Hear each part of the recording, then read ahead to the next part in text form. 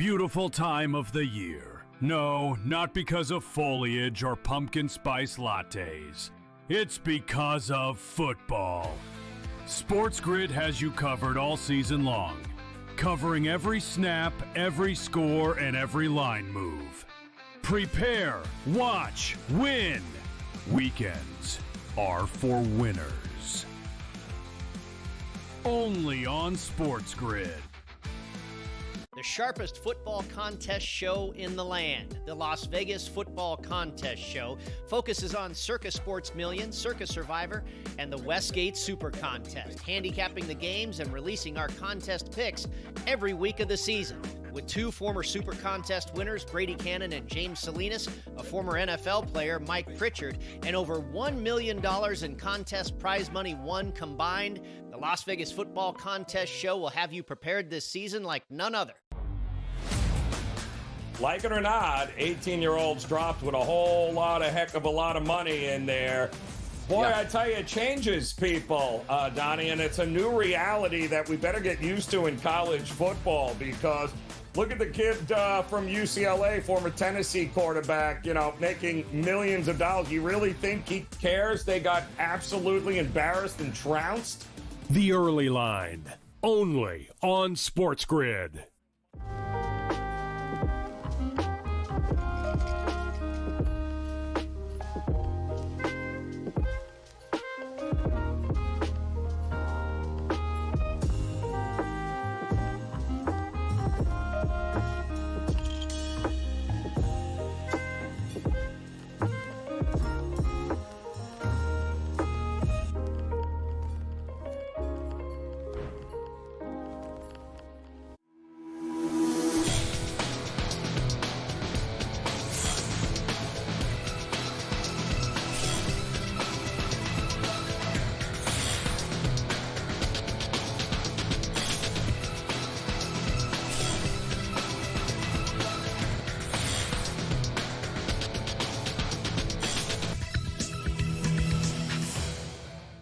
Happy Hump Day, everybody. Welcome to NewsWire. Adam Kaufman in for Craig Mish. We got a fun Wednesday in front of us. A lot of early baseball, afternoon baseball, just the one game in the WNBA, but naturally, over the course of the next 90 minutes, we are going to get into a lot of football, NFL and college. But first, we got to run down the top stories, tell you what is going on across the sports betting world, and that is not always on the field. It's not always the news that impacts how you want to place your wagers. Sometimes it's the business of betting, and that is where we begin. Out in Nevada, if you will, Congresswoman Dana Titus, her fair bet amendment has been rejected. She will actually continue to work to restore the 100% gambling loss deduction that she has been fighting for. But if you haven't been paying attention to this, in short, what it means is the amendment that is coming would have reversed the amendment that she has been fighting for would have reversed the change made by the One Big Beautiful Bill Act that is on the way that would allow gamblers to deduct just 90% of their gambling losses any given year, as opposed to the status quo full amount that has been in place for 70 years. The Fair Bet Act is still pending in the House Ways and Means Committee until the start of the new year, but rest assured, it's on the way in a matter of months.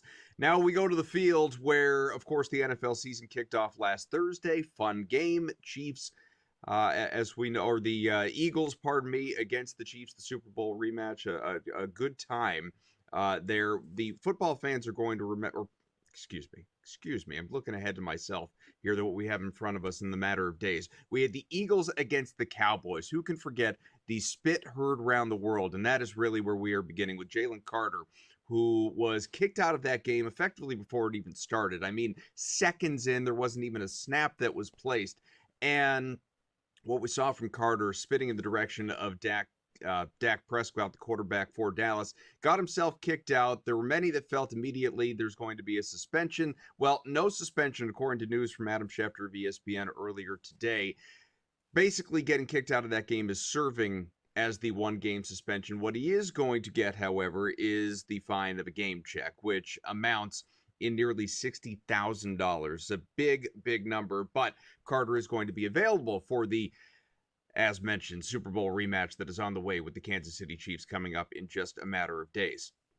Veteran pass rusher Jadeveon Clowney, who of course is not currently in the league. He is a free agent, began first stretch of his career 5 years with the Houston Texans, a 3-time Pro Bowler, has really bounced around the league since, become something of a journeyman. He has spent time with the Panthers most recently, a whole bunch of places, Ravens, Browns, Titans, Seahawks. Well, he is going to meet with the Cowboys today because in lieu or in the wake of the Micah Parsons deal to the Green Bay Packers, the Cowboys, they could use a little bit of help when it comes to the pass rush. And so he is going to meet with them, potentially have himself a new job coming up here very soon. Now, speaking of Green Bay, again, the new home for Micah Parsons, we get some receiver news, and that is Christian Watson, who is recovering from that torn ACL, has not yet played, is expected to at some point here this season. The wallet getting just a little bit fatter, Green Bay showing its confidence in him. A 1-year extension north of $13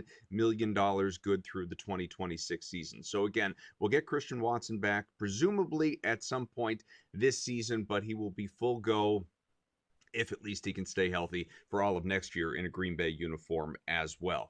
Serial fumbler, as our guy Frank here, producer, likes to refer to him, Xavier Gipson, is now looking for work. His miscue with the Jets last weekend contributing to Pittsburgh's dramatic comeback win against New York in the final seconds of that game led to strong words from Aaron Glenn, the new head coach there in the Meadowlands. It was, "You will not be on the field with this team if you're going to cause us to lose games." Apparently, you're not going to be on the roster either because Gibson, again, has been released. He's looking for new employment. At the college ranks, Ohio State head coach Ryan Day.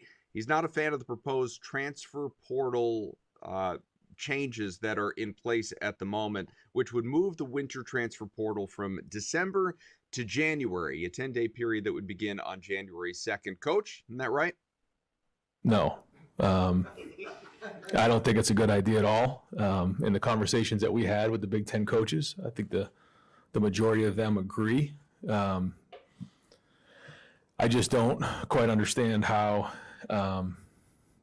for teams that are playing in the playoffs are expected to, make the decisions and sign their upcoming players while they're still getting ready to play for games. It doesn't make any sense to me. I know the calendar is funky, but I know that the Big Ten and Tony Petitti's been working hard because he doesn't believe it either, and neither do the coaches in the Big Ten.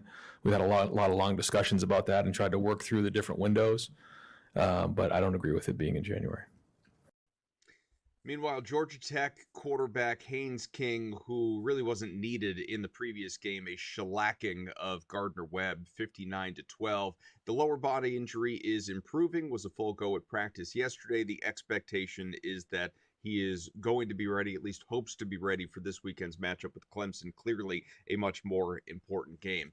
More QB news. Alex Orji from UNLV. This news not as good for the quarterback. He is out for the season, had hurt his hamstring against UCLA. The hamstring came off the bone, reportedly, so he is going to miss the remainder of this season. We go to the Diamond, where, again, playoff races are tightening up. Very fun time of the year with only a couple weeks left in the regular season before playoffs get here. The underdog Tigers, they were plus money yesterday, plus 130 with Casey Mize on the mound. Whooped the Yankees, 12-2 in the Bronx.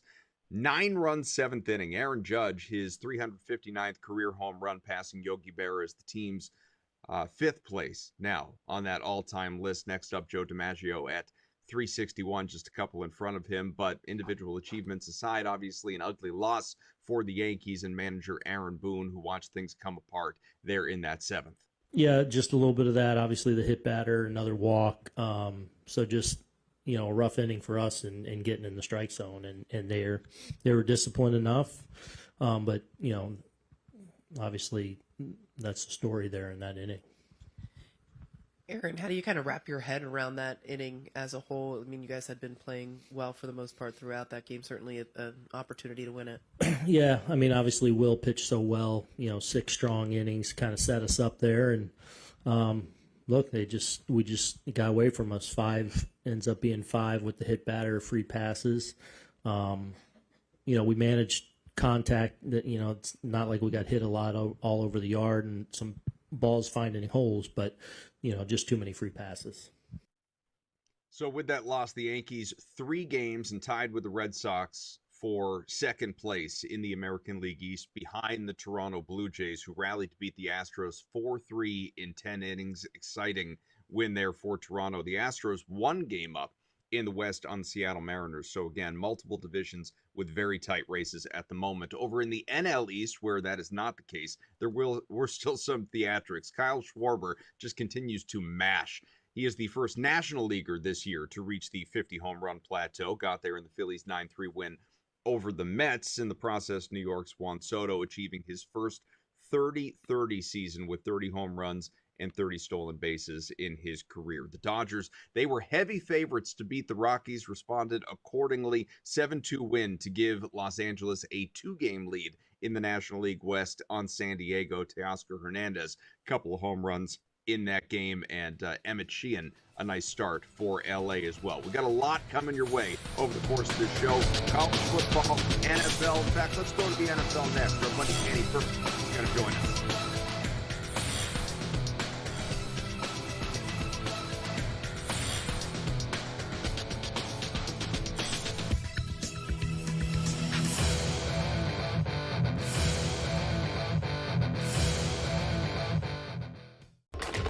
Enter into the magical world of McLuck.com, where even the smallest of spins can win real cash prizes. Adventure into over 1,000 of the best Vegas-style slot games. So what are you waiting for? Unlock your free welcome offer today. Join the fun where winners play and players win. It's the most beautiful time of the year. No, not because of foliage or pumpkin spice lattes. It's because of football. SportsGrid has you covered all season long, covering every snap, every score, and every line move. Prepare, watch, win. Weekends are for winners. Only on SportsGrid. Remember these names: AZ Fudd, Olivia Miles, Lauren Betts. Depending on who wins that lottery, that's going to depend on who goes one. If Washington wins, it's Fudd. She's from the area. If Dallas wins, they're going to bring Fudd to play with, obviously, Paige. If Minnesota wins, I think they go Miles with the point. If Seattle wins, they go with Miles, and the same thing with Chicago. Betting above the rim. Only on SportsGrid. I was looking at it through my phone at first. I'm like, why is there such a delay? And why are we getting pitch hitters right away? Oh, the pitcher got thrown out for some reason. Maybe he hurt himself. But no, turning out and seeing a brawl was absolutely hilarious to let that one play out. Just the way it is sometimes in baseball. We don't get a lot of good fights and a lot of good brawls and anger, specifically from two teams that aren't going to the playoffs. So good on them for showing that moxie last time. But it's good to see a little bit of a brawl and a little bit of that passion here. The early line. Only on SportsGrid. If a game is on the line, give me the Navy kicker. Oh, the guy's going into battle in 2 weeks. He can't make an extra point. Come on. From a mindset perspective, yeah. I'm not. Listen, we thank them for their service. I love them. Okay. Yeah. But the bottom line is, if you have a bet and you have an academy kicker with a field goal or an extra point, you got to hold your breath. 27 yards. 27 yards. The kid shanked it from like 30. SportsGrid's College Football Today.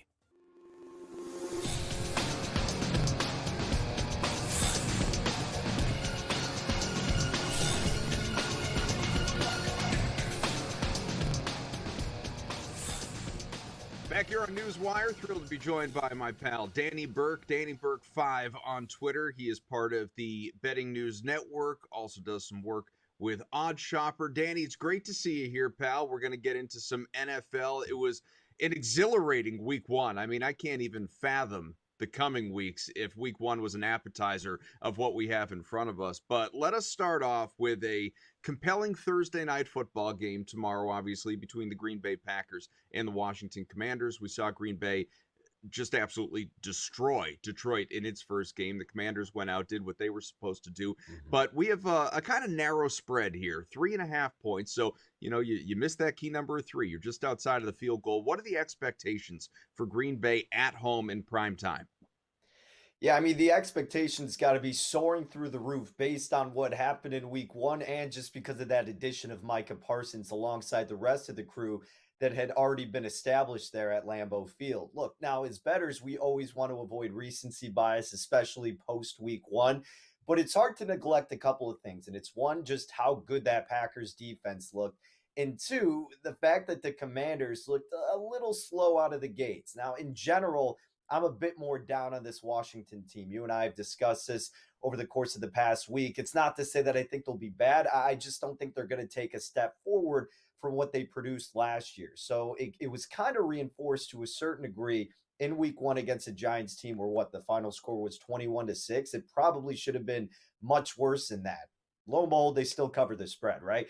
But now you turn around in a short week with still some kinks possibly to work out that you didn't really figure out in that first game. Then you got to go to one of the tougher environments at Lambeau Field against what may be one of the better defenses in Green Bay. But you put it perfectly, Adam. I mean, you missed the boat on the best number for Green Bay, laying that flat 3. I know some shops you could still lay minus $120 to do so, but I'm probably going to wait to see what the market does, see if there is going to be any buyback on the side of Washington to then jump in on the Packers, because I do think they'll end up being the right side, but I also want to get the right price. Now, there is a play that I do like, and this is going to revolve around the player prop market. Jaden Daniels over 20.5 pass completions, minus $120 is what I've seen out in the market. So going with my line of thinking that the Packers will have the steady hand in this game, they'll probably be leading for a majority of it. Washington's going to need to throw the ball more so in order to keep up. We see a high total about 48.5 at some shops. Should be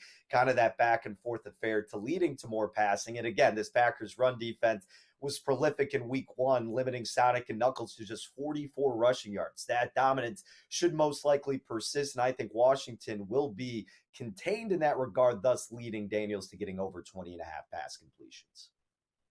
I always like to say trends are our friends until they're not, but let's consider some trends. Let's show people some of the info that our guy Frank and company dug up. The Commanders, they have hit the fourth quarter game total over in 11 of their last 13. We remember a lot of high-scoring games with Jaden Daniels during his rookie year. The Commanders have hit the first quarter money line.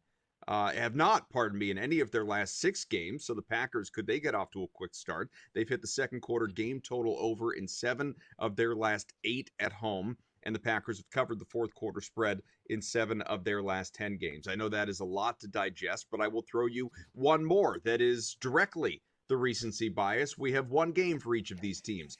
Both these teams are 1-0 against the spread. So clearly, that is going to change. But what we do have another commonality is they are both 1-0 to the under. A couple of lower scoring games because they produced points and their defense did their jobs and didn't allow too much. So do we get something that is a little lower scoring once again with a total that is sitting 48.5?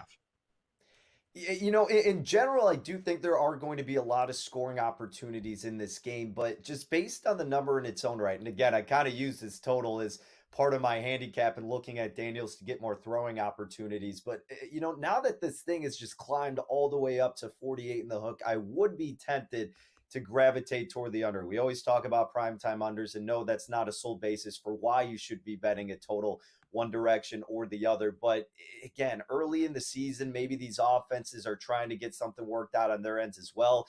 Again, the Commanders had plenty of opportunities that they could have capitalized on and weren't able to. And then again, reiterating, going against what could be one of the better defenses in the NFL. So certainly there could be the case made for now, since it's as high as 48 in the hook, to going toward the under. That's where I would lean. Again, I probably won't end up betting it, but if you told me you're doing that, I would have no issues with it whatsoever.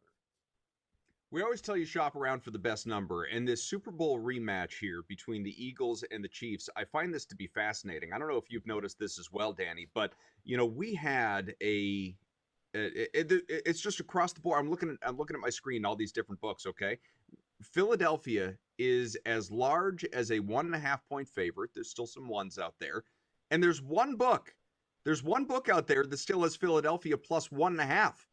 So that's a full 3-point swing book to book that is available to you if you like Philadelphia as an underdog. What I will tell you is that this is the 11th Super Bowl rematch the following season, and those Super Bowl winners, which of course Philly was, 7-3 in those games. However, the Chiefs 14-5-1 against the spread as an underdog with 13 outright wins since Patrick Mahomes became the starter in 2018. What do we think?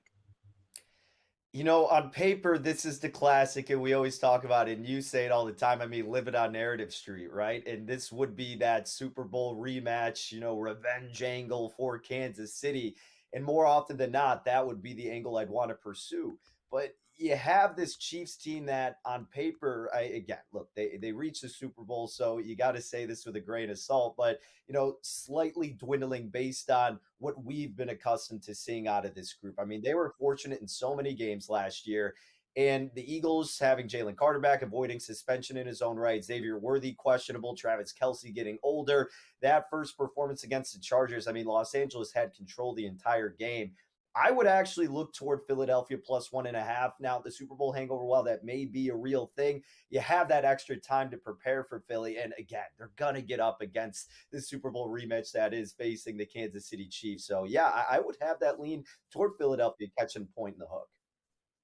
Got about 30 seconds, Danny, but let's talk Cowboys-Giants. Dallas played Philadelphia a lot tighter than expected in the opener, and New York looked terrible with Russell Wilson. Do you lay the 5.5 for Dallas? Man, I mean, this seems like an ultimate overreaction on both sides. I'm terrified of the side in this game. Yes, I'd probably lean that way, but I think Dak over his passing yards, 243.5, would be a good early look before it moves. Danny Burke, betting news. He's on Twitter at Danny Burke and the number 5. Check out the show, Any Given Wager. We'll see you later, buddy.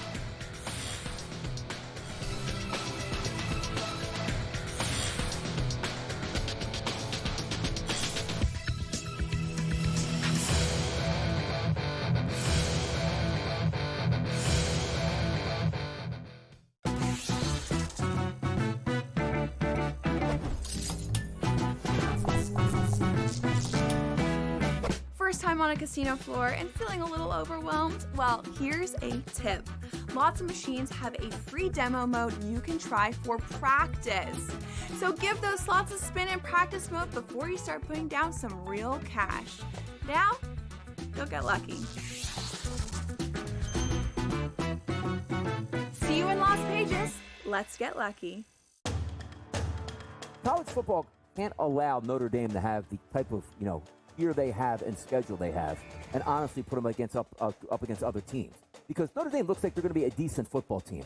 They could lose, I think, next week to Texas A&M, Joe, who I don't think is a great football team, but still a ranked team, and then run the table and still be in the playoff and absolutely beat nobody. The worst schedule I may have ever seen in college football is Notre Dame this year. SportsGrid's College Football Today. Quarterback or coach has to answer for it. Right. Goff, Campbell. Listen, I'm not firing Dan Campbell already. I might be shipping Goff. I don't know, but I think the Lions. Again, it's week 1. Are we overreacting? I think the panic meter in Detroit is blaring. I think people are wondering when do the Pistons start. Pro Football Today, only on SportsGrid. It's the most beautiful time of the year. No, not because of foliage or pumpkin spice lattes. It's because of football. SportsGrid has you covered all season long, covering every snap, every score, and every line move. Prepare, watch, win. Weekends are for winners. Only on SportsGrid.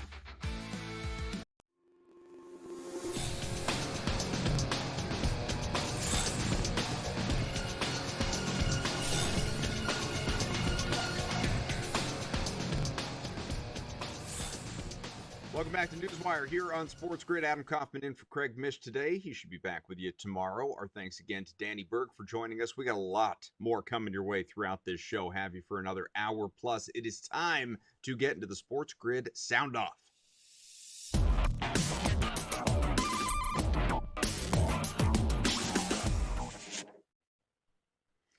So yesterday you heard from coaches Kirby Smart, Marcus Freeman, Billy Napier as well, because we have some big matchups in college football ahead of us this weekend, many of which we are going to preview with our good friend Joe Lisi coming up in just a little while. But want to be fair to these matchups. Again, you get one side with those three coaches, want to give you the other side with the opposing head coaches. We're focused on the exact same games, just again, different perspective this time around. So huge SEC clash on the way between a pair of top 15 teams, number 6 Georgia, 15th ranked Tennessee. Josh Heupel of the Volunteers, he's excited. Pleased with what our guys did last weekend, and today's about getting better. They were great in the building. Obviously, we know the test that we have in front of us facing a really good Georgia football team. It's a great weekend, opportunity for game day to be here on the biggest stage in college football. And while that's going on, get a chance to also recognize and welcome back one of our own, and John Henderson, College Football Hall of Famer, one of the greats to have ever played the position, and certainly one of the greats here. And it'd be great to have a bunch of his teammates back here as we get a chance to celebrate him too. Checker Nealon, anticipate our fans helping bring in the Nealon effect here and create a great atmosphere on Saturday afternoon. So looking forward to the contest and the preparation during the course of the week. In case you're not aware, Georgia has won the last 8 meetings between these two schools going back to 2017, and all of those by at least 14 points. So a lot of lopsided games. Obviously, is going to be a challenge there for Tennessee. The Aggies will go on the road to South Bend as the 16th ranked Texas A&M squad will visit number 8 Notre Dame. Again, should be a fun one. It's always fun in South Bend when football gets going. Big rematch from last year as well for Mike Elko's program. I realize the teams are different, the players are different, but what similarities do you see with this Notre Dame team versus the one you played a year ago? Obviously the schemes are similar. I think, they're pretty well entrenched in who they are and what they do. We're pretty well entrenched in who we are and what we do. And so that's always an exciting chess match when you go into a game like that and the other team. I think last year there was a lot more unknown. It was Coach Denbrock's first game there as an OC, and we didn't know exactly what it would all look like. It was our first game as a staff. And so I think there's a little bit more of that chess match that will go on, and that's always interesting. I think that's kind of where it starts.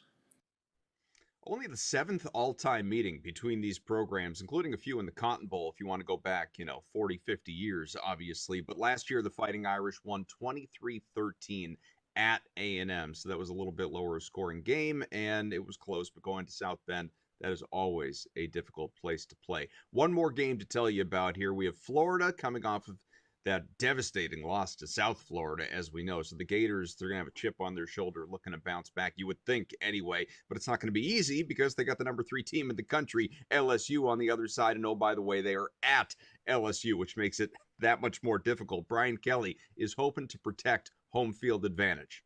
And I'll start with, we're in Tiger Stadium. And so we need to be Death Valley.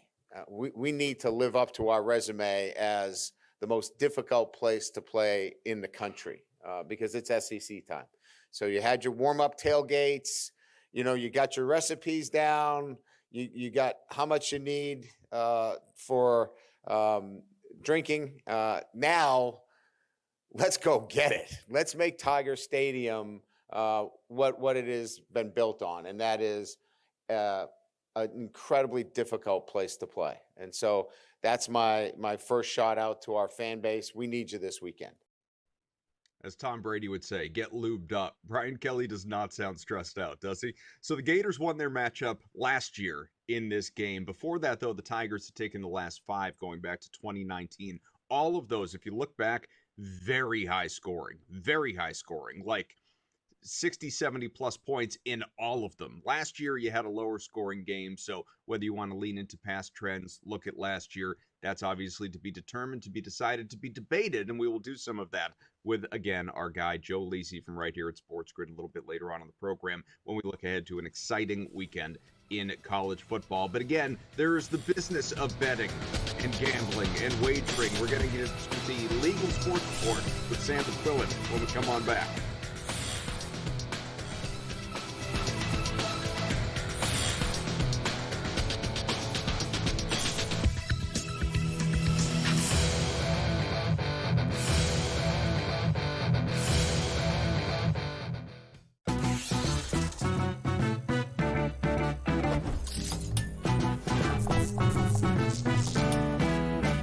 Time on a casino floor and feeling a little overwhelmed? Well, here's a tip. Lots of machines have a free demo mode you can try for practice. So give those slots a spin in practice mode before you start putting down some real cash. Now, go get lucky. See you in Las Vegas. Let's get lucky. College football can't allow Notre Dame to have the type of, year they have and schedule they have, and honestly put them up against other teams. Because Notre Dame looks like they're going to be a decent football team.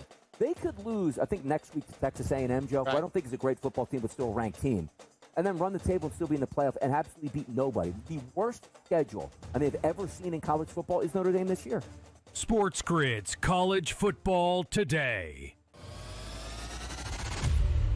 Quarterback or coach has to answer for it. Right. Goff, Campbell. Listen, I'm not firing Dan Campbell already. I might be shipping Goff. I don't know, but I think the Lions. Again, it's week 1. Are we overreacting? I think the panic meter in Detroit is blaring. I think people are wondering when do the Pistons start. Pro Football Today, only on SportsGrid. It's the most beautiful time of the year. No, not because of foliage or pumpkin spice lattes. It's because of football. SportsGrid has you covered all season long, covering every snap, every score, and every line move. Prepare, watch, win. Weekends are for winners. Only on SportsGrid.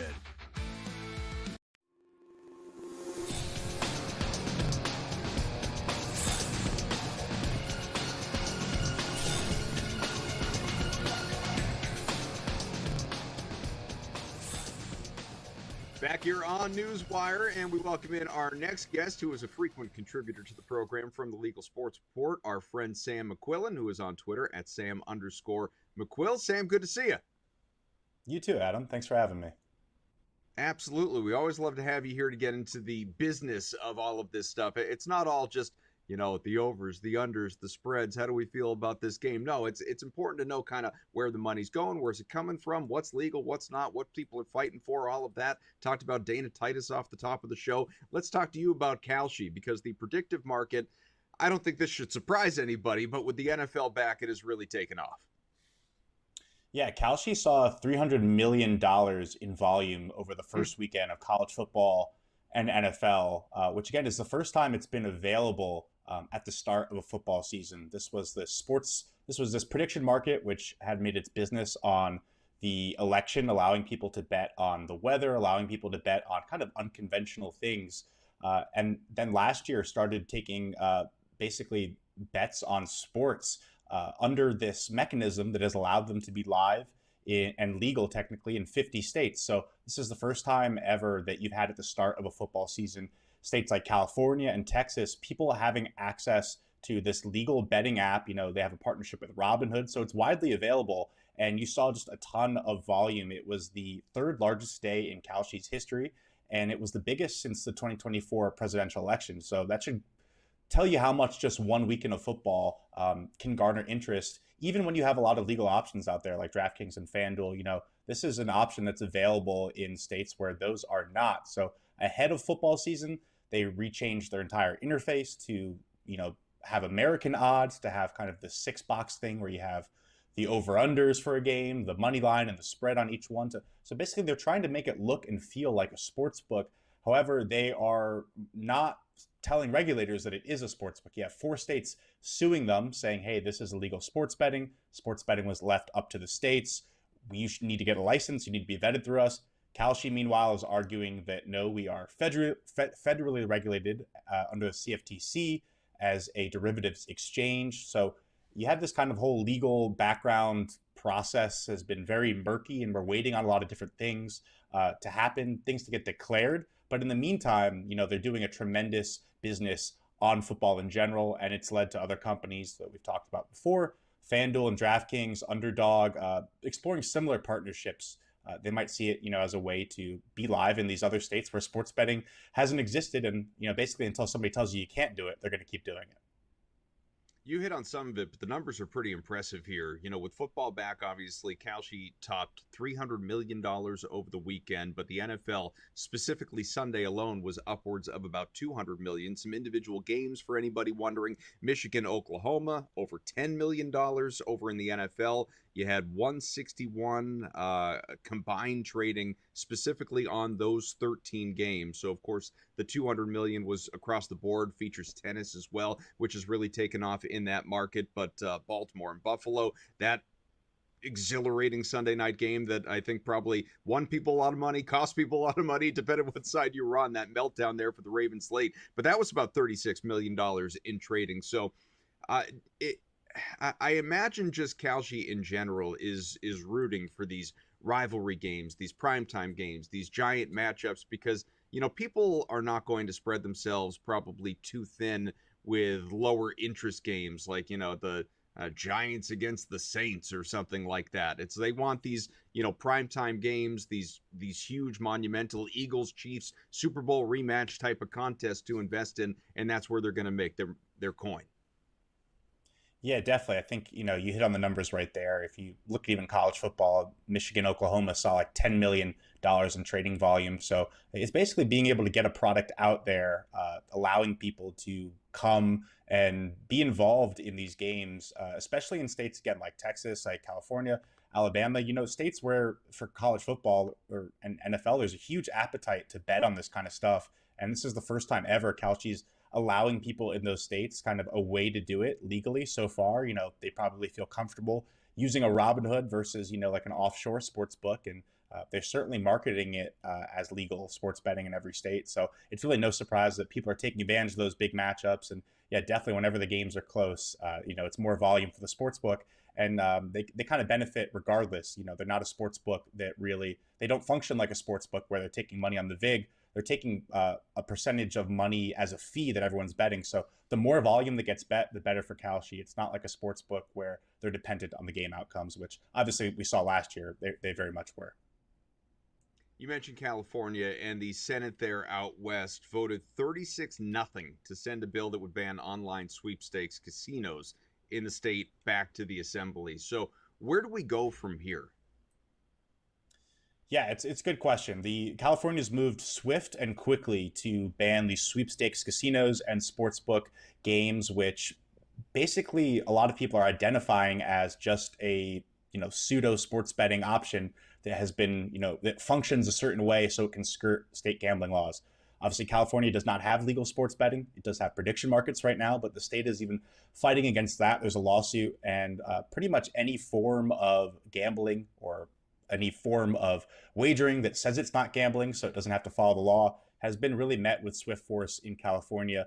There's been a lot of tribes kind of behind pushing this bill forward. The fact that it was moved forward unanimously, I think, says a lot. Tribes have a huge, tremendous influence in the state with their lobbying power. They, of course, were the group that basically got the sports betting ballot proposition defeated just a couple of years ago and have been the reason that sports betting kind of remains illegal in California. So they've really been swift in the response to what they see as alternate forms of gaming.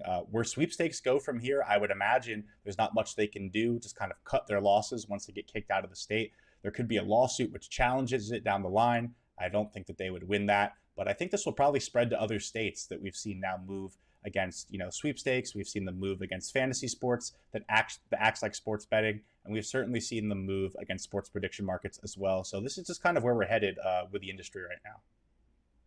Sam, I remember all the excitement where I am in Massachusetts about pending legalization for gambling and sports books, and when it was right around the corner, and just the again, all of the enthusiasm around it. Helps that, a company like DraftKings obviously is headquartered in the Boston area, but even still, state to state, when these things happen, it's just there's a zest around it, and that's coming to Missouri in just a couple of days, and that means deadline for Friday for various sports books, name them, to get their applications in to be legal in those states. We've already seen a half dozen legalized there, or at least, prepared to be legalized there with their applications in. But what else is on the way here in the next 48 hours or so?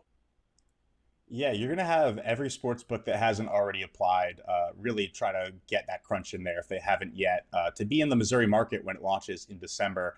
Missouri is obviously, a pretty significant state in size. It's not the biggest, but it is very important, especially this season, because it's the only state that's going to launch legal sports betting this entire season. This was actually the first week one where we didn't have a new state on board. So sports books weren't able to add more sign-up bonuses or more sign-up customers installing the app for the first time. Of course, you get more signups when people turn 21 every year, but the heart of how they add business is when new states turn on. Of course, as you now have about 38 states have legalized sports betting. There's not a ton left. So Missouri is kind of that last one out there for them really to try to compete, get ahead in the market. It's supposed to launch in December. It looks like everything is tracking smoothly right now. The state has already given out licenses or approved the pre-process of licenses for sports books like DraftKings, sports books like Circa. You've had sports books like FanDuel partnering with teams in the state, which will likely give them a license as well. Fanatics, Underdog, Caesars have all applied as well. There's not many other sports books out there to join in, but if there are, they're definitely going to do it. Have to get it in quick before the end of the week, so they can be live by the start of Missouri's launch in December. As you alluded to, FanDuel's partnered up with St. Louis City FC, of course, the professional soccer team. Caesars, ESPN, Fanatics, Underdog have submitted their applications. And yeah, we'll see who else does in the coming hours. Sam McQuillan, Legal Sports Report on Twitter, Sam_McQuill. Sam, always enjoy it. We'll talk again soon. Yeah, thanks, Adam.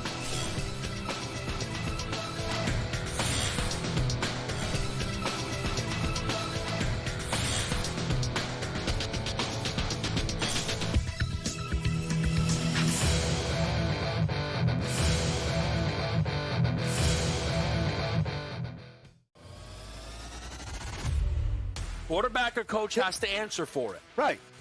Goff, Campbell. Listen, I'm not firing Dan Campbell already. I might be shipping Goff. I don't know, but I think the Lions. Again, it's week one. Are we overreacting? I think the panic meter in Detroit is blaring. I think people are wondering, when do the Pistons start? Pro Football Today, only on SportsGrid. If a game is on the line, give me the Navy kicker. Oh, the guy's going into battle in 2 weeks. He can't make an extra point. Come on. From a mindset perspective, yeah. I'm not. Listen, we thanked them for their service. I love them. Okay. Yeah. But the bottom line is, if you have a bet and you have an academy kicker with a field goal or an extra point, you got to hold your breath. 27 yards. 27 yards. The kid shanked it from like 30. SportsGrid's College Football Today. To your point, Greg, if anybody else is able to make a dent, it'll have to happen now. ESPN has had about 3% market share. Their goal is to get to 10% by next year. So if they can't make a big push this year and really see a lot of the new features that they put on their apps, a lot of the integrations with ESPN fantasy products, with ESPN flagship products across the board, if those don't pay off soon this football season, it might be curtains for them. NewsWire, only on SportsGrid.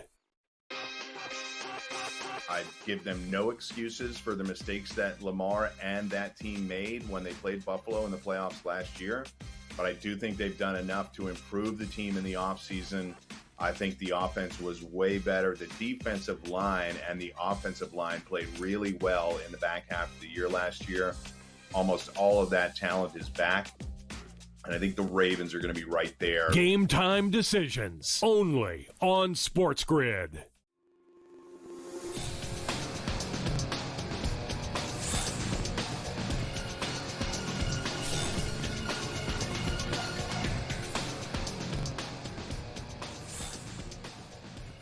Thanks again to Sam McQuillan. We're back here on NewsWire, and again, in a little while, we're going to have Joe Lisi with us, talk through a lot of college football that is on the way, obviously, this weekend and throughout the week. Remember, it gets started just a little bit earlier, but not tonight. Today, though, pretty much belongs to baseball. There's a lot of action on the diamond starting this afternoon as early as about 2 hours from now, where the Brewers will visit the Rangers with Freddie Peralta against Merrill Kelly. Should be a good matchup. A lot of people on Milwaukee at something of a discount. It's not a heavily juiced number considering the pitching matchup at minus 135. I know our pal Tom Vecchio, who was on with you earlier this week, is someone who he said Milwaukee far and away his favorite play on the board today when we were chatting a little bit earlier on. My Red Sox, on the heels of Connolly Early being called up yesterday to replace Dustin May and making his major league debut, shined in Sacramento against the Athletics. 5 shutout innings, only allowed a handful of hits, most notably struck out 11 on 90 pitches. I bring him up in part because the Red Sox are back at it against the A's today. That is about 3 hours from now with another rookie, Peyton Tolley, on the mound, who was awesome in his big league debut against Paul Skeens of the Pittsburgh Pirates when he matched up a couple of weeks ago. Wasn't as good in his last outing, which is why if you look and you see the 0-1 and ERA flirting with 8, it's a little, this guy, this is the one that we're hyped up about. But Peyton Tolley really has very strong plus stuff, strikeout numbers, and he is going to be on the mound today for the Red Sox with, again, minus 130 for those surging Sox who sit 3 games behind the Toronto Blue Jays for the top spot in the American League East with a lot of season left, or at least enough to make a run. So we will see. That should be another fun one. A lot of youth there for the Red Sox. But let's get into, again, we were just talking about the business of betting and all of it, the Legal Sports Report, and Sam McQuillan always does a great job with us. We always enjoy when we have Simon Applebaum with us as well, because we can get into the media side of things in this world. Simon, of course, happy to have you here with us. Always a pleasure, Simon. You can get on Twitter at UBC Simon TWBT. The producer and host of Tomorrow Will Be Televised. Simon, how are you? Fine, thank you, Adam. And by the way, you're talking baseball a moment ago. Don't forget, last night Aaron Judge hit a big home run in a loss to the Yankees, 12-2. So he is climbing up the ladder in terms of the all-time great Yankees home run sluggers. 2 away from DiMaggio. He's sitting 5th place right now. We were chatting about him a little bit earlier on, just past Yogi Berra. So should be fun to watch. Talented player, obviously. Let's talk here about the YouTube game that just happened last Friday night. And of course, the NFL made such a big deal out of it with a lot of the content creators and people that are really popular in the YouTube community being part of the game broadcast, advertisements going into it, and the viewership was maybe a little modest given YouTube's general size and audience, spanning the internet. 17.3 million viewers watched in over 230 countries. What did you think? What was your takeaway when you saw that number? It was modest compared certainly to all the other games that were in prime time. The Thursday night game, the Sunday night game, Monday night game, etc. And by the way, to break the numbers down further, Adam, 16 million of those viewers were U.S. The rest were overseas. I think given the fact that YouTube did not publicize the game on their own very well, you didn't see a lot of on-air promos, you didn't see a lot of internet banners all over the place. The fact that they sort of relied on their creators and the NFL to sort of spread the word about this, it was actually pretty good. And I think it also sends a message still to the National Football League high-ups that, YouTube is going to become a player as time goes on in terms of carrying games. And the game itself was terrific. I feel like everybody knows The Price is Right. I mean, I grew up watching it, obviously in the Bob Barker days, and, he has moved on, but the show continues on, as we know, Drew Carey and company. This show on CBS and Paramount Plus is entering new territory with an agreement with BetMGM. Tell us what we should expect from this. Well, what you can expect is that when The Price is Right opens its 54th season on CBS September 22nd, morning in most areas of the country on your local CBS station, they're going to introduce a brand new pricing game, the first one they've introduced in 4 years. And it's the first one in the entire history of the program that BetMGM, a sponsor, is involved not only in sponsoring the game, but may have been involved in the development of the game. Keep in mind that back in January, BetMGM made a deal with Fremantle, the producer of The Price is Right, Family Feud, Let's Make a Deal of the game shows, to do online casino games and maybe do stuff in Las Vegas at their casino there. So this is an offshoot of that. And the way this is going to work, it's called the Lion's Share. A contestant, maybe more, are going to have an opportunity to enter a win chamber. It's been used in other game shows before, like the Diamond Head game way back, also in a season of Beat the Clock on PAX TV. And the idea is that you're in this win machine for like 30, 60 seconds. You try to grab as many pieces of paper as you can, and those pieces of paper could offer prizes like cars, vacations, furniture, etc. And one is going to be a cash jackpot that could offer as much as $500,000, which is a rare deal for any game show, certainly for daytime game shows to do. It's going to be on the opening episode. John Quinn is new executive producer, by the way. I'm trying to get him on my Tomorrow Be Televised show, probably the week of the 22nd. And we'll hopefully have more details then about how this is going to go, how often this is going to be played. Remember, these pricing games are in a rotation. You never know which game is going to show up in any one episode. But certainly to have it the first episode, and they've already done some Instagram work with some of the models on the show, and the models are saying, because the show's already been taped, this is going to be an uproar of a show, an uproar of a game. It's unlike anything you've ever seen. So there's going to be a lot of buzz about whether BetMGM can do this, and if they do it well, whether we might see DraftKings or FanDuel try other things. Remember, back in the 1970s, there was a show called Dealer's Choice, ran for 2 seasons of syndication, and it was a whole bunch of dealer games, black and so forth. And I think that might be a revival, perhaps maybe with FanDuel or DraftKings or another player in the betting game doing it. But will John Hamm be involved? That's what I want to know. One more for you here, Simon. Popular women's basketball league in the summertime, the Unrivaled League, 3-on-3, takes place down in Florida there. They've partnered up with Turner, as we know, to get themselves off the ground. They got an investment infusion, much like ION TV has scheduled a live women's track and field event as well. Where are we going here?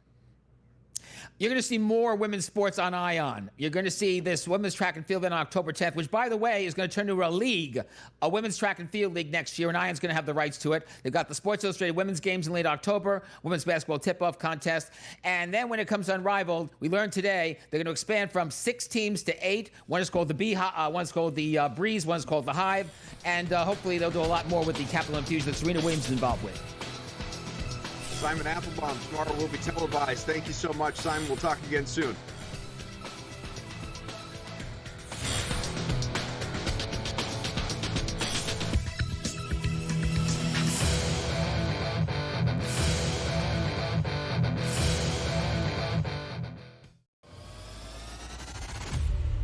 Quarterback or coach has to answer for it. Right. Goff, Campbell. Listen, I'm not firing Dan Campbell already. I might be shipping Goff. I don't know, but I think the Lions, again, it's week 1. Are we overreacting? I think the panic meter in Detroit is blaring. I think people are wondering, when do the Pistons start? Pro Football Today, only on SportsGrid. If a game is on the line, give me the Navy kicker. Oh, the guy's going into battle in 2 weeks. He can't make an extra point. Come on. From a mindset perspective, yeah.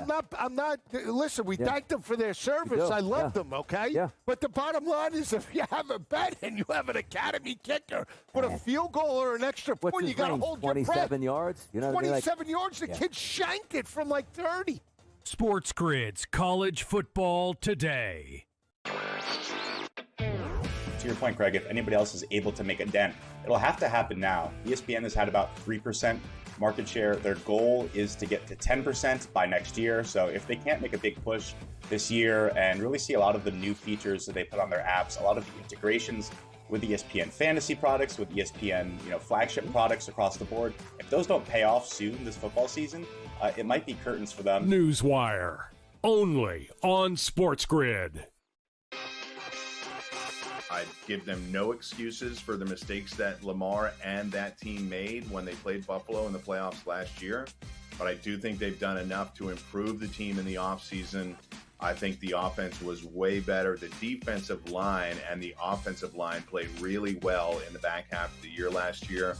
Almost all of that talent is back.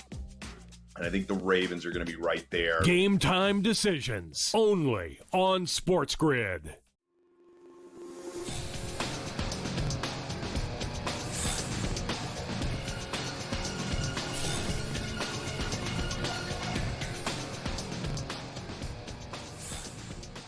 Thank you again to Simon Applebaum for joining us. Got a lot of good media side of things, information as it relates to betting and obviously some of these league partnerships in the future. The agreement with MGM, BetMGM, and The Price is Right should be a lot of fun to watch. And as he noted, that has already been filmed, so look forward to seeing that on the socials as far as, you know, what type of promotion we can expect in front of us. So the Front Office Show, which, of course, if you are a regular SportsGrid viewer, you know airs daily here at 6 o'clock. You should make sure that you check it out.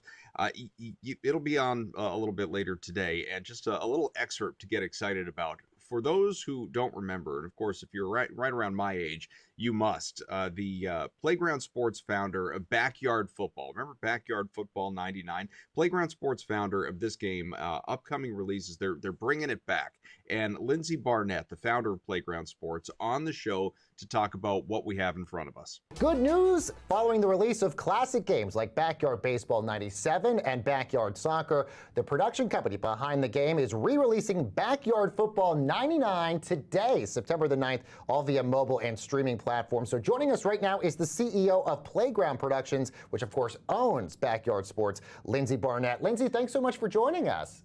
Thank you for having me. This is so exciting. Well, so is your shirt. We're really big fans of this, and I love this. So tell us all about why you guys decided to re-release this classic game. Well, first of all, we are thrilled to be able to bring back all the original Backyard Sports games. So we have everything from baseball 97, basketball 2001, baseball 01, and of course, football 99. And I have to say, this was one of my favorites as a kid, so I am thrilled to be able to bring this one back. Yeah, it was one of my favorites too, and I know Jason Kelsey was one of many people that have been clamoring for the return of Backyard Sports because it was such a peak childhood memory. I'm curious, did that put any extra excitement or even pressure on you guys to make this happen right now? Okay, so that's actually, I'm glad you bring that up because Jason and Travis went on their podcast to talk about that Backyard Football was their favorite game when they were growing up and that they want to bring it back. I was actually about to close on the rights to the franchise and to buy it. And then they brought it up and I was like, no, don't take it away. But it worked out. And now I'm glad to have awesome athlete fans. So it's really great. Well, the other thing that I love is all of our favorite players from this game are all part of this as well. Barry Sanders, Dan Marino, Drew Bledsoe, Jerry Rice, my favorite player, John Elway, Randall Cunningham, Steve Young. What was sort of their response when you told them that you were going to put this back together again? It was amazing. So John Elway in particular, he has 10 grandchildren. So he was really thrilled to be able to bring it back because his grandkids were going to be able to play it and play with him as a star. And yeah, they all had such an incredible response. Randall Cunningham told us that he gets stopped like once a week to talk about Backyard. Oh my gosh, I love that. So it's really amazing. And I actually loved, even on the Kelsey's podcast, they talked about this, like Jerry Rice's touchdown dance is him writing his records in the record book. And I think a lot of kids will discover just how great Jerry Rice actually is. So there you go. It's educational too, which right. we love. Yes. But I'm curious, as you guys are looking to roll this out, it has been a couple years. We're not going to age ourselves here. It's been a couple years since the games were originally released. What did you want to keep the same versus change to make sure it also kept up with the modern times in that sense? Yeah, so I mean, the biggest thing is this, you don't have to play on a CD-ROM anymore. You can play it on your phone and take it with you wherever you go. So that has been the biggest and most exciting thing, is that now you can play all of these games and they're preserved on modern devices. And, you know, I think that people were feeling like, you know, there was no access to all of their favorite Backyard Sports games. And so I'm really thrilled that they're now really accessible on Steam and mobile. That's the biggest change, is that you can play it anywhere. Lindsey, as I mentioned, you guys have re-released Backyard Baseball 97, Backyard Baseball 01, Backyard Soccer 98. Are there any other games maybe in the catalog that maybe you guys are thinking of re-releasing down the road? And could you re-release this football game with new players in it? Well, so we have 6 retros, 97 baseball, 98 soccer, 99 football, baseball and basketball 01, and hockey 02. All of those will be out by the end of this year. And we're actually in production on an entirely new Backyard Sports title. So stay tuned to see what we're working on there. Wow, dropping some news. Yes, I exactly. love that. What a tease. Okay. Yeah. That's exciting to hear. So when can we expect details of this? When should they be on the lookout? Because it sounds like this is exciting news coming. I would be following our socials. We might have some Easter eggs that we are constantly dropping.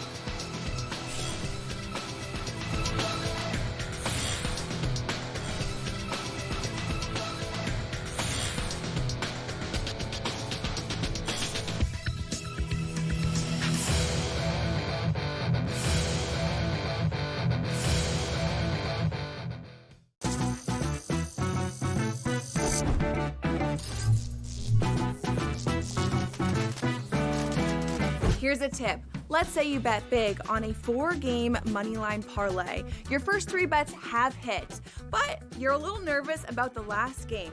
Consider placing a separate bet against the team you have winning in your parlay. You're technically a winner either way. Now, go get lucky. See you in Las Vegas. Let's get lucky. The sharpest football contest show in the land, the Las Vegas Football Contest Show, focuses on Circus Sports Million, Circus Survivor, and the Westgate Super Contest, handicapping the games and releasing our contest picks every week of the season. With 2 former Super Contest winners, Brady Cannon and James Salinas, a former NFL player, Mike Pritchard, and over $1 million in contest prize money won combined, the Las Vegas Football Contest Show will have you prepared this season like none other. It's the most beautiful time of the year. No, not because of foliage or pumpkin spice lattes. It's because of football. SportsGrid has you covered all season long, covering every snap, every score, and every line move. Prepare, watch, win. Weekends are for winners. Only on SportsGrid. The reason why I feel like Jared Goff doesn't really enter these MVP conversations. Jared Goff last year was on the team with the best record in football, threw for 4,700 yards, 37 touchdowns, and Tom was never in the race. He was never in the race because we know he's not that guy. Game time decisions. Only on SportsGrid.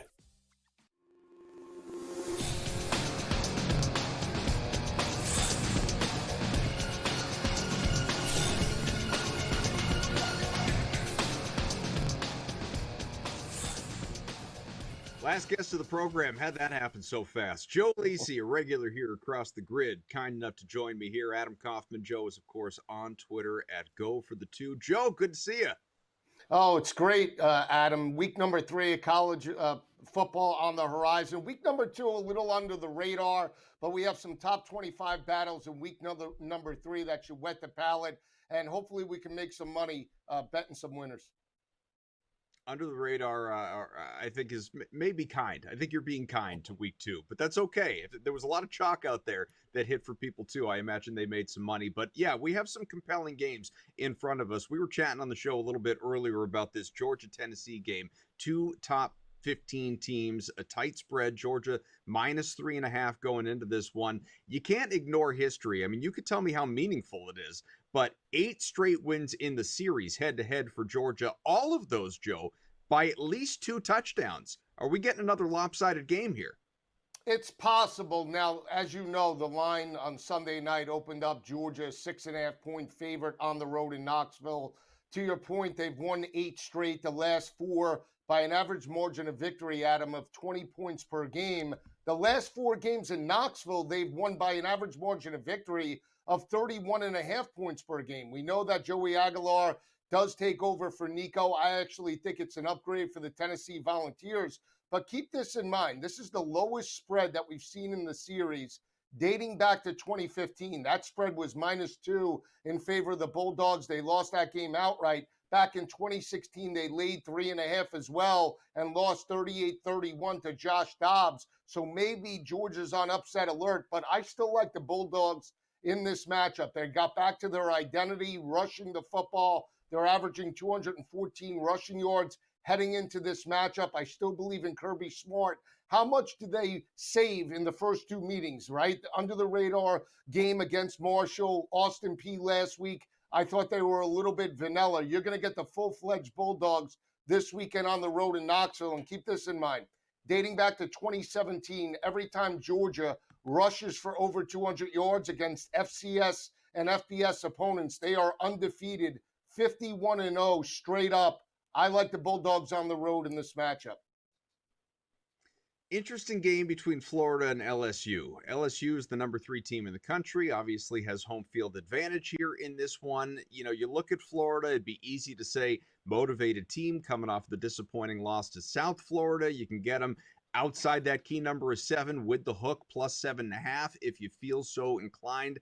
I don't know that I have a strong feel on the side in this one, but seeing a total of 48.5, again, Joe, 5 out of the last 6 meetings, we've seen 60, 70, 80 plus points between these two programs. They absolutely run up and down the field. So you could tell me how you feel about who wins and by how much, but do we get a high scoring affair again?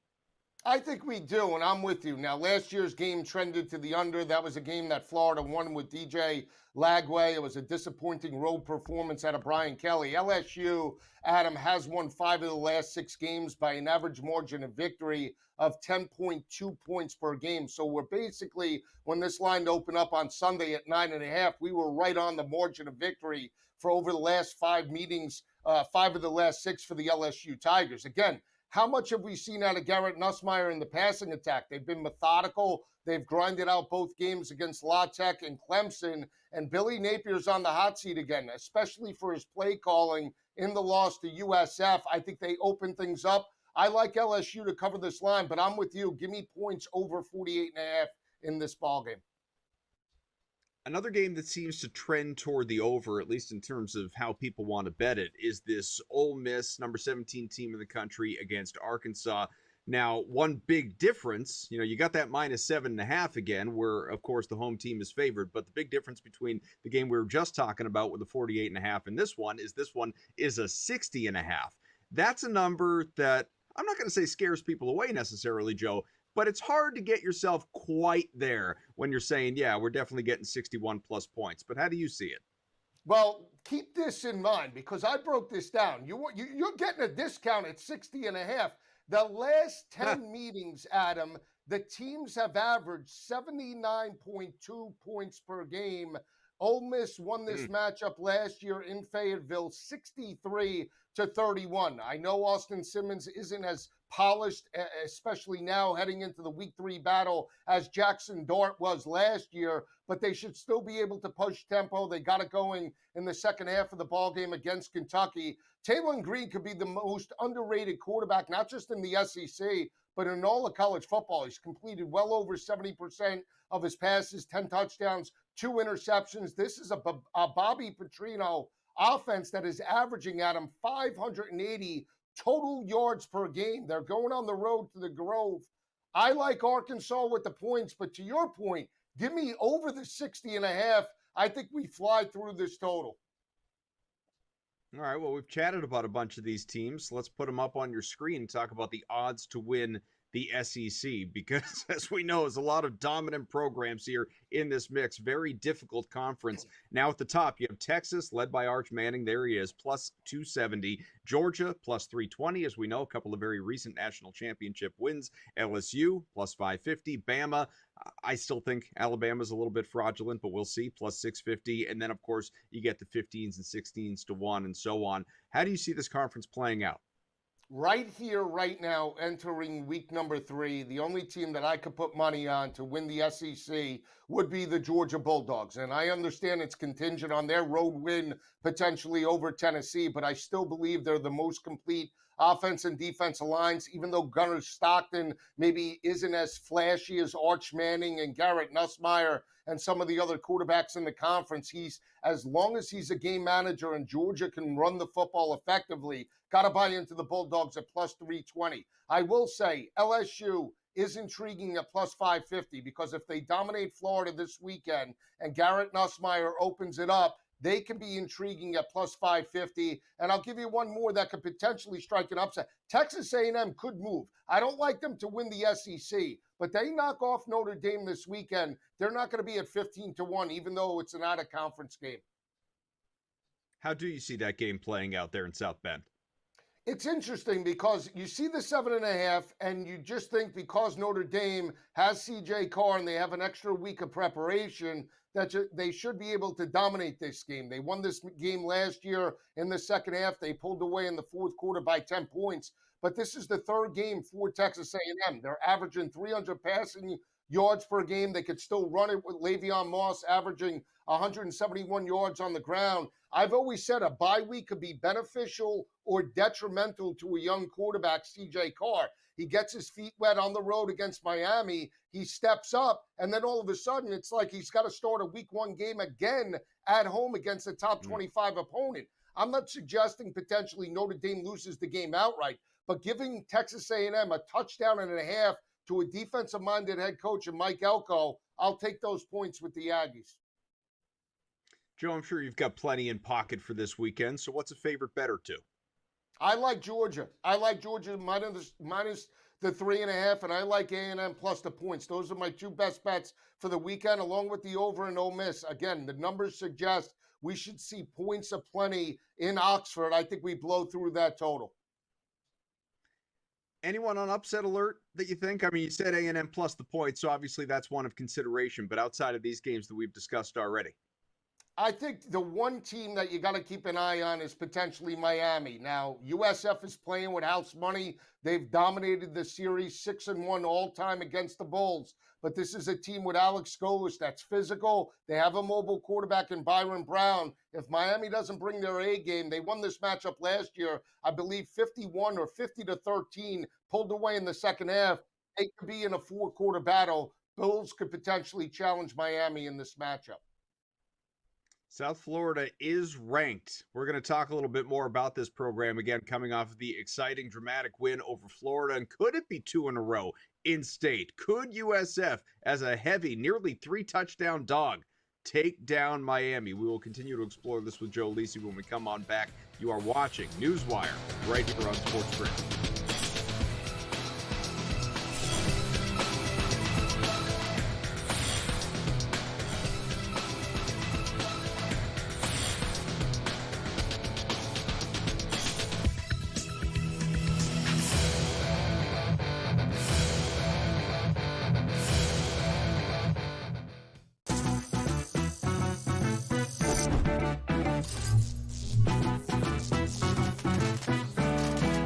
Here's a tip.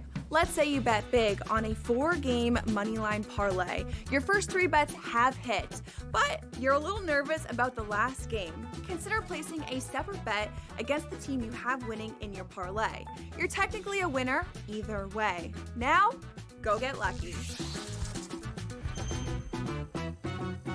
See you in Las Vegas. Let's get lucky. The sharpest football contest show in the land, the Las Vegas Football Contest Show, focuses on Circa Sports Million, Circa Survivor, and the Westgate Super Contest, handicapping the games and releasing our contest picks every week of the season. With 2 former Super Contest winners, Brady Cannon and James Salinas, a former NFL player, Mike Pritchard, and over $1 million in contest prize money won combined, the Las Vegas Football Contest Show will have you prepared this season like none other. It's the most beautiful time of the year. No, not because of foliage or pumpkin spice lattes. It's because of football. SportsGrid has you covered all season long, covering every snap, every score, and every line move. Prepare, watch, win. Weekends are for winners. Only on SportsGrid. The reason why I feel like Jared Goff doesn't really enter these MVP conversations. Jared Goff last year was on the team with the best record in football, threw for 4,700 yards, 37 touchdowns, and Tom was never in the race. He was never in the race because we know he's not that guy. Game time decisions. Only on SportsGrid.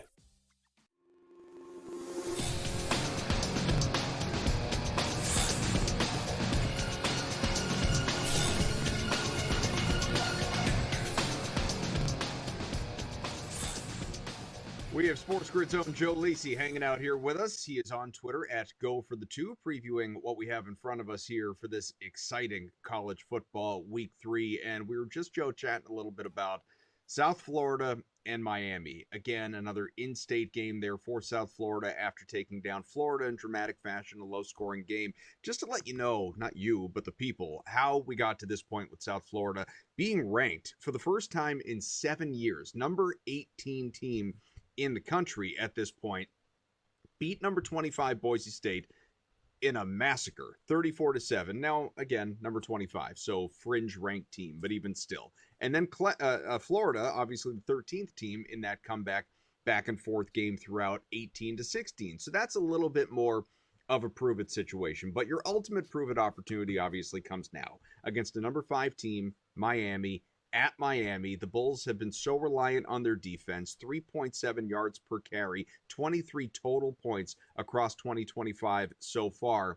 What can they do, South Florida, to slow down Miami and, not a running back, but a quarterback in Carson Beck, who, after a disappointing season at Georgia, is really trying to rebuild his draft stock and get himself back into that first-round conversation by the end of this year?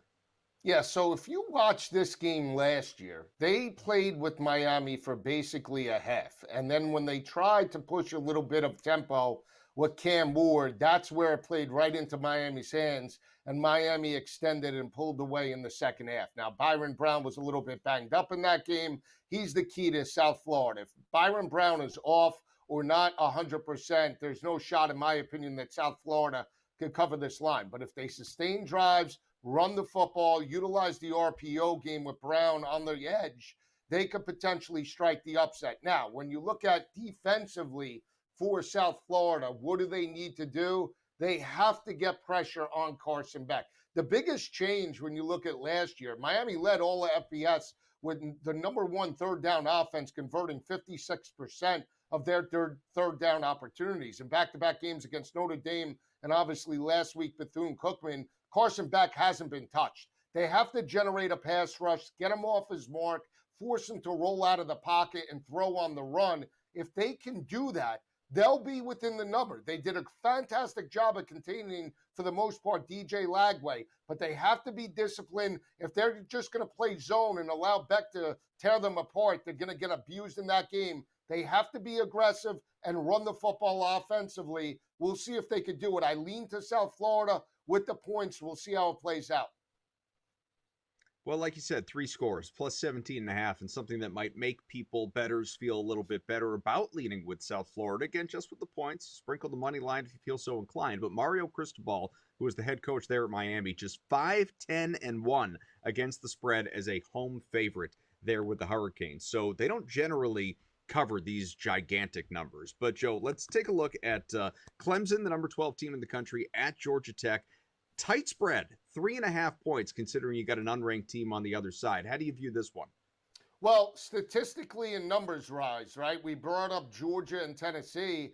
Clemson has won 9 straight against Georgia Tech. They've won the last 4 by an average margin of victory of 31 points per game, but they haven't played in Bobby Dodd Stadium, a true road game in the series, dating back to 2020. That was the time that Trevor Lawrence and the Tigers walked in and they tacked a 73-7 spot on the Georgia Tech Yellow Jackets. Now, when you look at just the spread math in this matchup, this line to open up, and again, Clemson around a 7.5 point road favorite earlier in the year. We're seeing 3.5s. My heart wants to take Clemson, but I can't.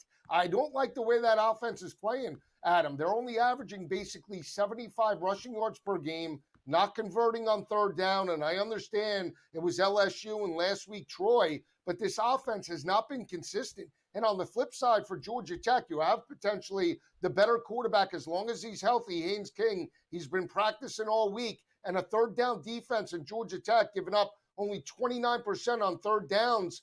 I'm going to take the points with Georgia Tech in this matchup.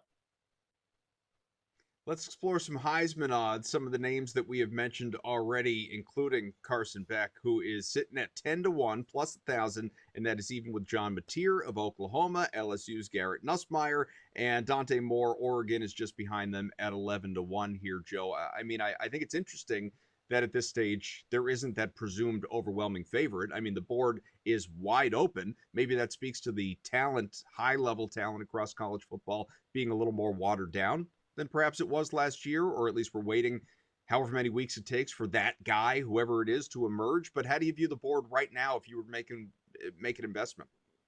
Well, I mean, Mateer is interesting. I can't buy into Mateer, and I'll tell you why. Now, he's the guy that actually benefited the most after his win over Michigan last week, 24-13. He stepped up on a national stage.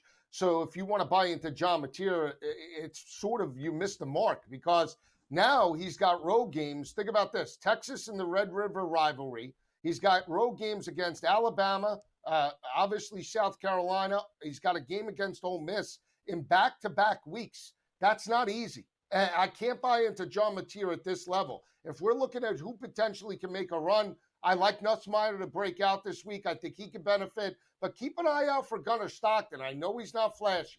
He's 14-15-1. He puts up some numbers this week against Tennessee on the road, and all of a sudden Georgia is considered back. He could be the guy that benefits the most this weekend. Just looking at some national championship odds before we run out of time with you here, Joe. You mentioned obviously that you like Georgia to come out of the SEC, so naturally they're right there in the conversation when it comes to winning the whole thing. You explore the odds, and Georgia is plus 650, even with Penn State. Both those teams narrowly behind Ohio State at 6-1. You have Texas bookending that at 7-1. Maybe you don't want to go to the top of the board. Maybe you dig down the board a little bit, but who does it impress you, intrigue you at this stage? Well, I mean, the one team over the weekend that if you're looking for a potential deep shot and you look at the body of work and you say which team could potentially be there for a college football playoff berth, has to be Iowa State. And I understand they're not flashy, but they made it to a Big 12 championship game last year against Arizona State, knocked off Iowa. They're 3-0, and Rocco Beck playing fantastic. They could be a 10 or an 11 win football team. They're going to have a shot potentially at a national championship. Joe Lisi, once again, great expertise across the SportsGrid network and elsewhere. You can find him at goforthe2.com. Go for the two on Twitter. Does the show with Terry Bowden as well. Make sure you check it all out. Thank you so much, sir.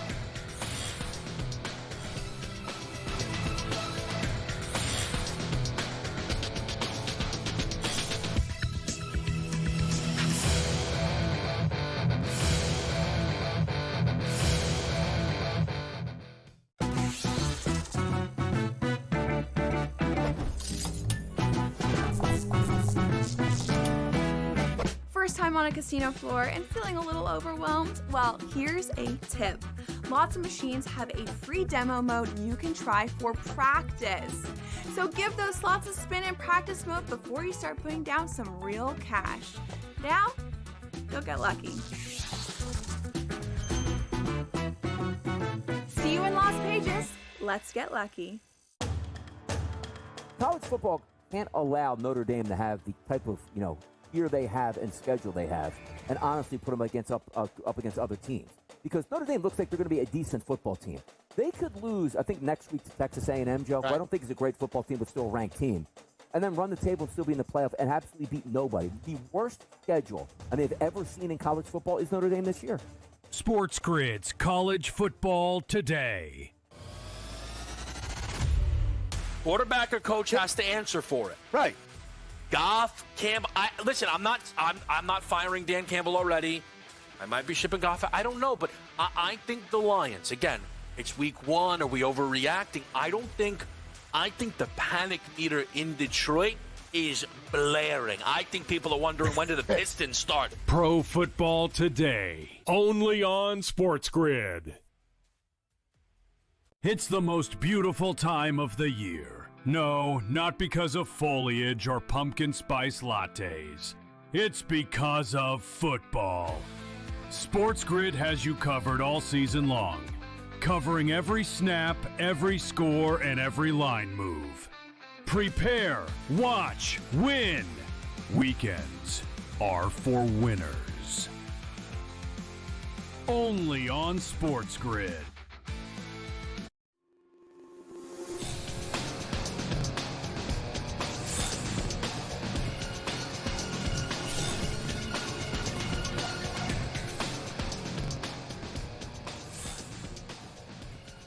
First, I want to thank all the guests who have popped on to NewsWire over the last hour and a half. We had Danny Burke and Sam McQuillan. We had Simon Applebaum, most recently Joe Lisi with his college football expertise to get you ready for a fun-filled Week 3 on Saturday and even the games that come just a little bit sooner than that. And of course, everyone behind the scenes here helping out with this show, producer Frank, director Luke.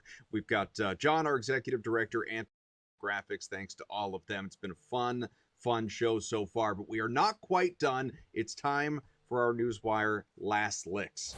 Some fun stories to throw at you here, and it begins in Denver, where the Waltons, the owners, are stepping up, working to build a new stadium privately financed by them, paying for natural grass field, retractable roof, elements obviously that are going to be good for players, for fans, for the sport. I'm sure the training facilities will be off the charts, all the different amenities that league-wide get voted on by players and people around the NFL when those rankings come out going into each and every season. You're going to have state-of-the-art, top-of-the-line facility there in the altitude in Denver. And who knows, depending on cap space going forward, Sean Payton or whoever it is there running the helm when this thing is built, operational, ready to go, and puts places like SoFi to shame, if you can even imagine that, because that building is amazing. Allegiant as well, some of these newer facilities across the league in LA and Las Vegas, respectively.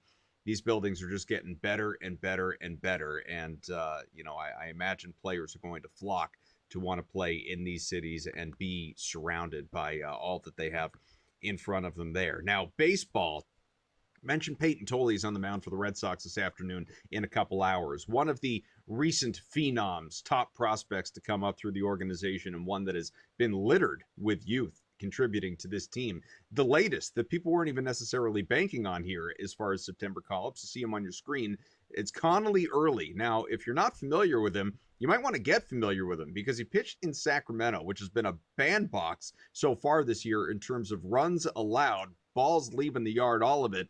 And he was, in his major league debut, the starter completely in control in an eventual win for Boston. I believe it was 6-0. Early, 5 innings, handful of hits, not a single run allowed in that shutout, and 11 strikeouts. 11 strikeouts for Connolly Early, which is the second most strikeouts in a major league debut this century, just to give you an idea of how great he was. By the way, the control was exceptional as well. Only one walk. He threw 90 pitches. I'm just looking here at the game log. He was tremendous. Now, whether that is a sign of things to come and he will be a playoff piece going forward when the Red Sox get there, be it as division champs or in the wild card round, remains to be seen. But even still, if he's got some more outings like this in his future, then people are going to be awfully excited in and around Boston. Anthony Rizzo is saying goodbye.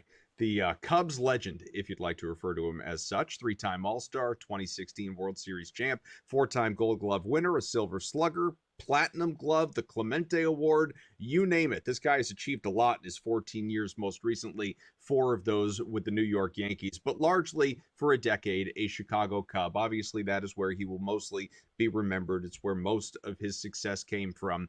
He is walking away, calling it a career at just the age of 34, which is notable. Not a lot of guys obviously will walk away at 34, 35, actually 36 years old. I take that back. He is 36 right now, but, has not played this year. And last year, was not especially good the last couple of years. So has made the decision to walk away, but robust career.